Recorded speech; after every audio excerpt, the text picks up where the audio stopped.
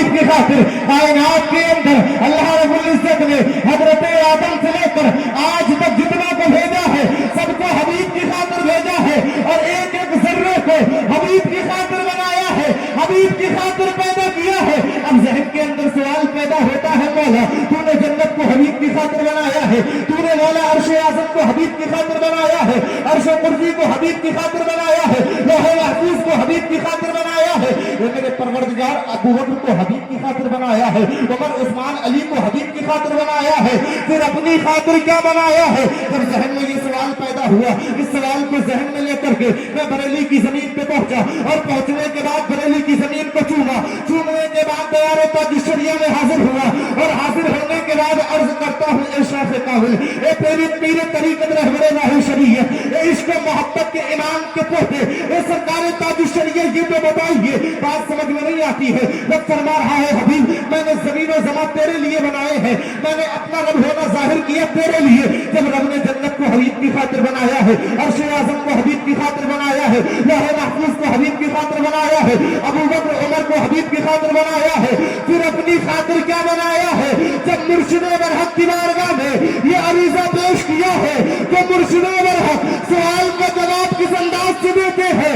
آپ پکار کے فرماتے ہیں یہ الگ بات ہے جنت حبیب کی خاطر بنائی ہے, یہ الگ بات حبیب کی خاطر بنایا ہے, یہ الگ بات ہے کائنات کا ذرہ ذرہ حبیب کی خاطر بنایا ہے. لیکن مرشد فرماتے ہیں آپ کی خاطر بنائے دو جہاں, اپنی خاطر جو بنایا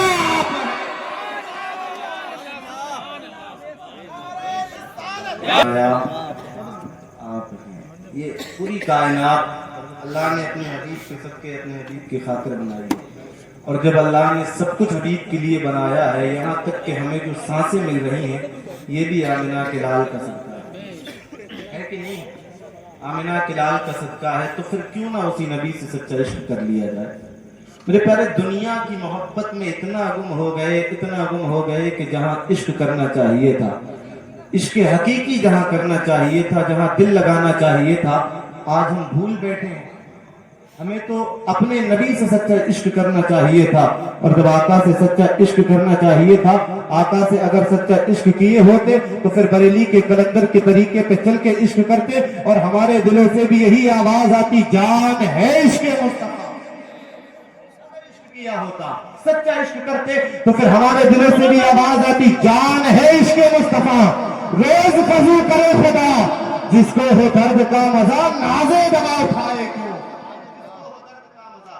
نازے دوا اٹھائے کیوں.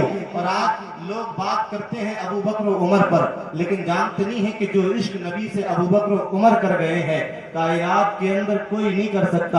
ابو بکر نے جان کو جان نہیں سمجھا نبی کے عشق کی خاطر, عمر نے جان کو جان نہیں سمجھا نبی کے عشق اور دین کی خاطر.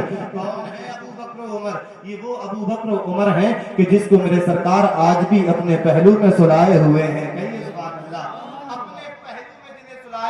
ابو بکر و عمر کہا جاتا ہے. اور آج نہ جانے کیسے کیسی قومیں نکل آئیں, نہ جانے کیسے کیسے فرقے نکل آئے جو حضرت ابو بکر صدیق کو گالیاں بکتے ہیں اور نہ جانے کیسی کیسی باتیں کیا کرتے ہیں. کبھی ابو بکر کو بھونکتے ہیں, کبھی حضرت عمر کو بھونکتے ہیں. ان ظالموں کو معلوم نہیں ہے کہ ابو بکر صدیق عمر, حضرت ابو بکر صدیق اور حضرت عمر کی تو وہ ذات ہے کہ میرے سرکار نے دنیا میں ساتھ رکھا تو رکھا ہی ہے. میرے آقا نے قبر پاک کے اندر بھی اپنے ساتھ ابو بکر عمر کو رکھا ہوا ہے, اور رکھنے کے بعد یہ بتا دیا ہے کہ ابو بکر اور عمر مجھ سے دور نہیں ہے, بلکہ دنیا میں بھی میرے ساتھ ہے, اور قیامت میں بھی میرے ساتھ ہوں گے, اور جنت میں بھی میرے ساتھ داخل ہوں گے.